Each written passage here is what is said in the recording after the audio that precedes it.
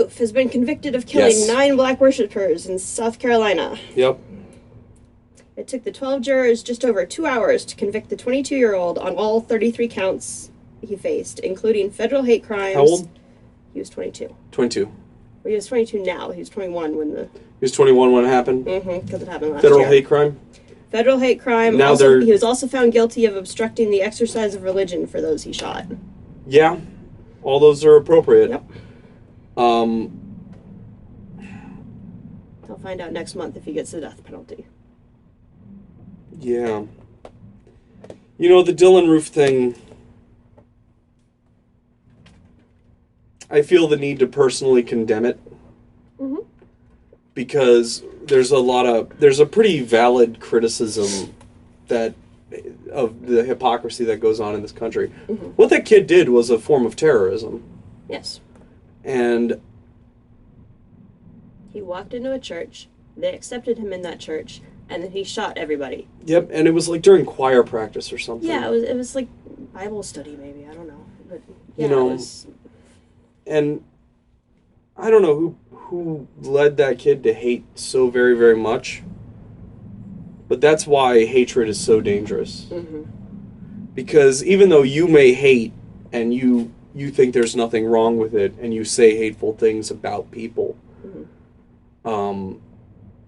There's a small subset that are so wackadoo that they go off and they cause violence. And so if you're spreading your hate and it spreads to them, mm-hmm. and then they act on that hate in a way you might not personally, right. you still bear some responsibility for it. Mm-hmm. At least, you know, karmically. There it is again. So yeah, we should absolutely take a minute and condemn the actions of this terrorist and call it that. And call for everybody. If you know people that are so extremely racist, mm-hmm. you can't go that. You can't. That's why I say love everybody, love each other, because it takes a lot of it. It's really hard to love each other. Mm-hmm. It takes more energy, but it doesn't lead to this. Well, at the same time, you know, child psychologists have discovered that you aren't born to hate other people. Right. It's learned behavior. That this is taught behavior. Yep. This is, you know, this is a product of your environment. This is nurture, not nature. Right. So the question is, I'm sure then to some extent the parents may be open to some civil litigation if the families want to pursue that. Mm-hmm. But then the real hard part is I'm only for the death penalty in one very specific instance, and this kid ain't it. It would be cheaper to just lock him up forever. Because there's a whole automatic appeals process. He's 22. I'm not sure that's true. Yeah, it is. The appeals process is so much more expensive. Even if he could possibly live until he's 80?